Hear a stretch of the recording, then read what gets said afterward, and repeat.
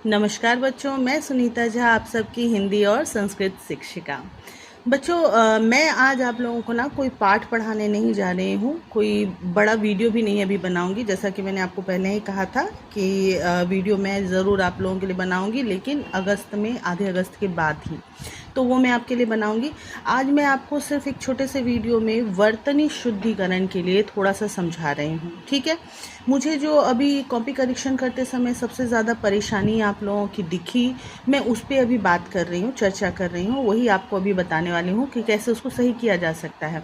लेकिन इसके अलावा भी अगर आपकी कोई परेशानी हो वर्तनी शुद्धिकरण में, उसको कैसे सही लिखते हैं, कैसे बोलते हैं, तो आप मुझसे अगले बार उसको कमेंट करके पूछ लीजिएगा, ठीक है। फिलहाल मैं आपको बता रही हूँ ईकार के और ऊकार के संयोजन के बारे में, उसको कैसे जोड़ते हैं, कैसे उसको लिखते हैं, ठीक है। सबसे पहले गलती क्या करते हैं आप लोग, जो मैंने वचन बताते समय भी आप लोगों को बताया है कि जब भी कोई शब्द बना है, लिखा हुआ है, जिसमें बाद में बड़ी ई की मात्रा है, उसको जब हम बहुवचन में बदलते हैं तो वो हमेशा छोटी ई में बदल जाता है। आदमियों, देखिए यहाँ पे क्या होगा, बड़ी ई जो थी यहाँ पे वो छोटी में बदल गई। जैसे नदी, नदी शब्द है, ये क्या हो जाएगा, नदियाँ। इस तरह से बड़ी ई हमेशा छोटी ई में परिवर्तित हो जाते हैं, ठीक है। ये चीज़ हमेशा ध्यान रखिएगा। जैसे इस बार मैंने क्वेश्चन में दिया था विद्यार्थियों। अब विद्यार्थियों का क्या था कि ये छोटे ई की मात्रा से लिखी गई है, क्योंकि यहाँ बहुवचन है, ठीक है। लेकिन जब बच्चों ने उसे निबंध के रूप में लिखना शुरू किया, तो जब वो विद्यार्थी भी लिख रहे थे, यानी एक वचन में भी लिख रहे थे, तो क्या लिख रहे थे, इस तरह से, विद्यार्थी, इस तरह से। लेकिन ये क्या है, गलत है।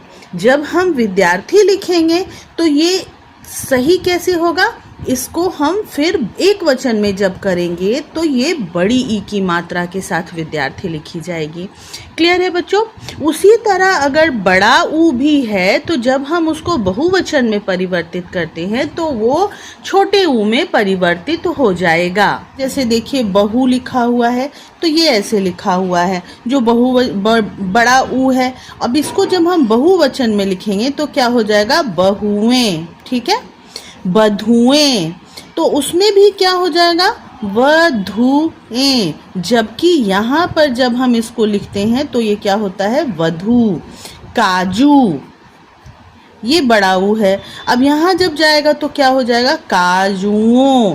अब आप पूछिएगा कि मैम यहाँ पर ए हुआ है, यहाँ पर ओ क्यों हुआ है। तो मैंने आपको जब वचन पढ़ाया था तो उसमें आपको बताया था कि कुछ ऐसे शब्द होते हैं जिनका कोई बहुवचन शब्द नहीं होता। जैसे आदमी शब्द का कोई बहुवचन नहीं होता, ठीक है। विद्यार्थी शब्द का बहुवचन बनाने के लिए गण शब्द का प्रयोग करना पड़ता है, विद्यार्थी गण। ऐसे विद्यार्थी का कोई बहुवचन नहीं होता। उसी तरह काजू शब्द का कोई बहुवचन नहीं होता। जैसे मामा का, चाचा का, पेड़ का, फूल का, हाथी का, इन शब्दों का कोई बहुवचन नहीं होता। तो अब आप कहेंगे कि मैम फिर ये आपने कैसे लिखा जब बहुवचन नहीं होता। तो मैंने आपको ये सारी चीज़ें वचन बताते समय एक्सप्लेन किया है, तो आप लोग एक बार वचन वाली वीडियो ज़रूर देखेंगे। इसमें मैंने बहुत डिटेल में मैं नहीं बता रही हूँ, लेकिन फिर भी थोड़ा सा बता देती हूँ। ये जो जिन शब्दों का कोई अपना वचन नहीं बदलता है, बहुवचन में नहीं लिखे जाते हैं, वे शब्द जो हैं कारकों के कारण अपने वचन परिवर्तित करते हैं। जैसे आदमी शब्द का कोई बहुवचन नहीं होता। जैसे आदमी खड़ा है, यानी एक आदमी के लिए जब हम बात कर रहे हैं तो आदमी खड़ा है, और जब बहुवचन में बात कर रहे हैं तो भी हम लिखेंगे आदमी खड़े हैं, ठीक है। अब आदमियों खड़े हैं हम नहीं बोलते ना, कभी बोला है, सुना है आपने कभी, नहीं बोलते। तो यहाँ आप देख रहे हैं कि कोई परिवर्तन नहीं हुआ, जबकि यहाँ पे वचन परिवर्तित हो चुका है, फिर भी यहाँ पे कोई परिवर्तन नहीं हुआ। जैसे फूल खिला है, फूल खिले हैं, कोई परिवर्तन नहीं होता है। काजू रखा है, काजू रखे हैं, कोई परिवर्तन नहीं होता इनमें, है ना।